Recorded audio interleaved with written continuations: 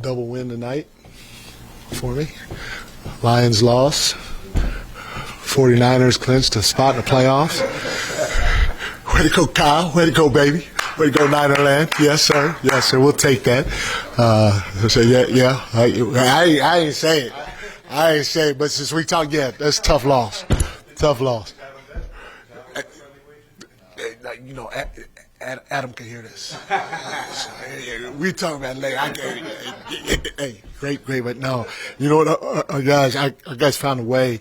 I tell you, Khalil Ware, he was a beast tonight on the glass. This is, you know, one of the very few times we got our behinds kicked on the glass, and a lot of it is attributed to him in the way he rebounded on both ends of the floor, and then he shot the mess out the basketball. We told our guys he's been shooting it really well, and we just didn't get to his body.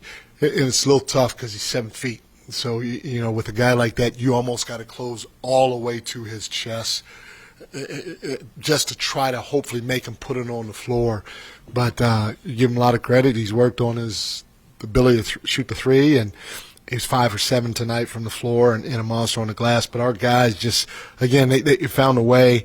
Our pace offensively, again, not necessarily in the full court, but especially in the front court, has to be better. And I'm going to keep harping on our guys to be better in that area, because when you walk from point A to point B in the front court, it allows teams just to get in a wrestling match with you. And while you're wrestling out there, the shot clock's going down, and then the defense is settling in, and it's hard to get the dominoes falling. So we have to be better with our pace in the front court. We have to be better making quick, decisive decisions when we catch the basketball, and not hold to let the defense settle and let them get underneath us. And we will. We got better at the right time tonight. You know, in that second half, our guys, you could see their snap drives got them to the free throw line, or got them layups, or collapsed the defense, and now we were able to kick. But you know, with the way we shot the ball tonight, that saved us. Obviously, on top of Jaylen. Again, you're struggling a little bit offensively. You know, you want to have an MVP of the league on your side, and you know, for him to score 47, especially on 15 for 26, 6 for 13 from the 3-point line, 11 for 11 from the free throw line, while dishing out 8 assists. You know, again, I have to mention it, but that's what he's capable of doing, and that's what MVPs are supposed to do on nights like tonight. But you know, we just had timely shots by a lot of other guys. Jordan was 2 for 3 from the 3-point line. Josh hit 3 big ones. All 3 of them were probably at the end of the shot clock and way outside the 3-point line. He's just fearless in that regard. He had 10 boards as well and 5 assists, so he helped us in a lot of different ways. And then Mikal. You know, Mikal was tasked with most of the night with guarding Norman Powell, who they set a lot of off-ball action with, and he's constantly moving, and they're constantly looking for him. But for him to go 6 of 7 from the 3-point line was huge for us. But the guy that got us jump-started, I thought, especially when it came to the second half, it was OG. OG was our defensive player of the game. He had 2 huge blocks for us off of shifts that got us out in transition. He had 5 deflections. You know, his steal on Jaquez was huge for us. His steal to dunk, you know, was huge for us. And then, you know, he contributed 16 or was it 18 points for the game. So, man, just a lot of good performances, especially offensively. I told our guys we have to be better defensively. I think our last 6 or 7 games in the first quarter we're giving up, you know, around 33, 34 points a game in that first quarter. And so we have to do better on that end of the floor when we start. I know you wanted to keep Jalen's minutes down. Yeah. It's just like this guy's too good. I think he's on the bench. No. I mean, and you know, same with Mikal. You know, you try to sit him as long as you can, but if you feel the game slipping, you know, it's my job to help us win in best way possible. And, we like Tyler. Tyler was great. He stepped up and played well tonight. He ended up playing, 22 minutes, and I ran him 2 really long stretches. Even Mo, I threw Mo in there, and he played almost 4 minutes. It's just a matter of, I know we're in a little bit of a funk right now that we got to keep fighting to get out of, get our feet back underneath us, and it's me just throwing them out there thinking, okay, we got to go get this game. I tried to sit him as long as I can. Let's go get this game. But the same with Mikal. Mikal, he was playing so well that, I again tried to sit him.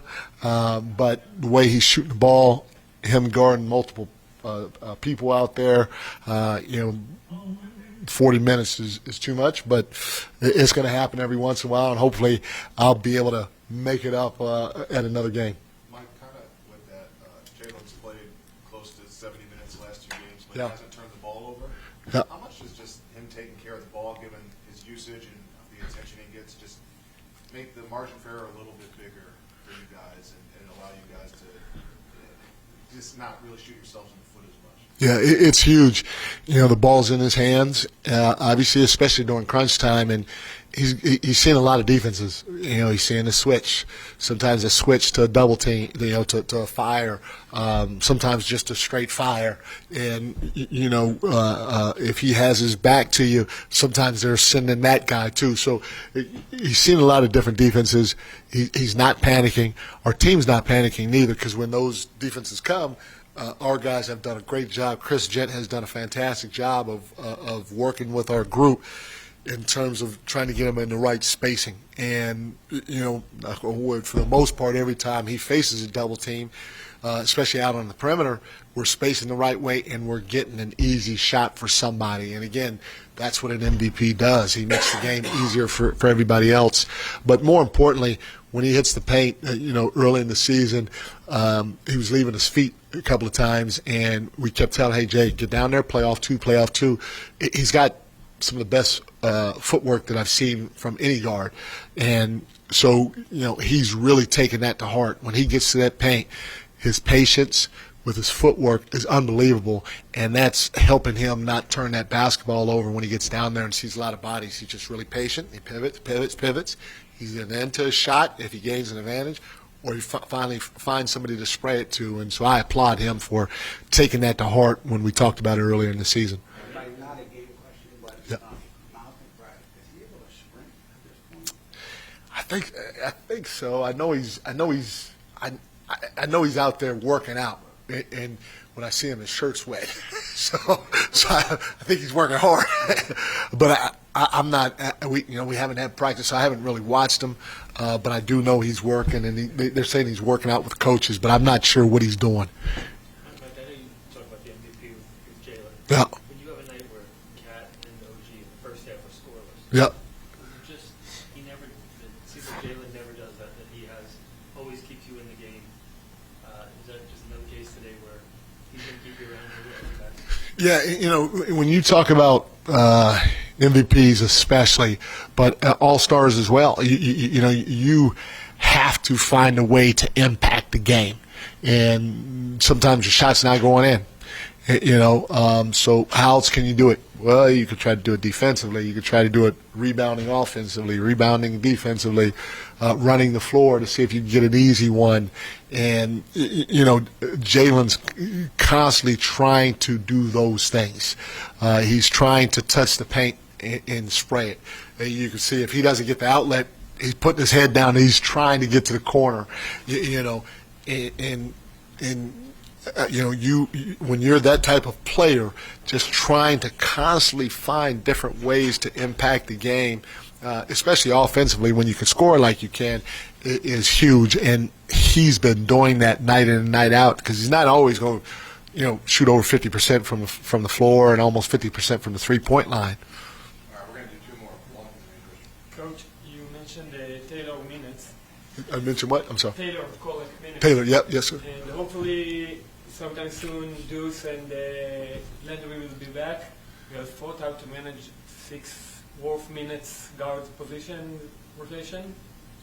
Because I got a what? I'm sorry. You have thoughts how to manage 6 guards in rotation?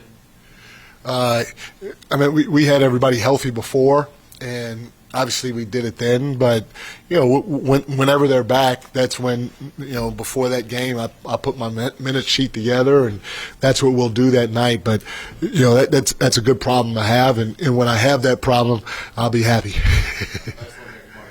47 for Jaylen is MSG's career high.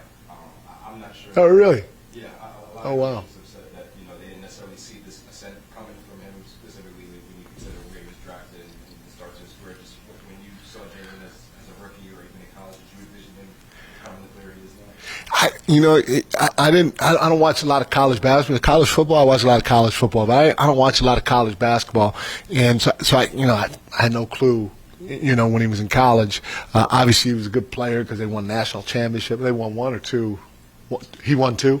Yeah. So, he's a good player because he starts and he's impacting the game at the highest level.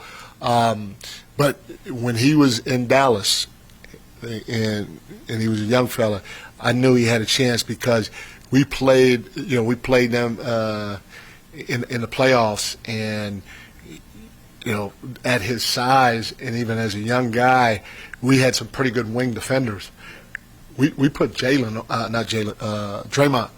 on him because we felt he was really strong and he wanted to get to his spot, put that back shoulder on you, and at that time, I don't know if there were a lot of power forwards that guarded him. Now it's probably a different story now. I don't know, but Draymond was able to absorb that and take the hit to where we didn't have to double all the time. But when we had other guys on him, I was defense coordinator, so he was a terror back then. We ran double team at him, so I knew he was a really good player. Obviously, being able to coach him, you get to see all the other stuff. Plus, he's older now. You get to see all the other stuff from his work ethic and how competitive he is, and all that, confidence, all that other stuff. But back then, he was a problem. He was a problem. Yeah.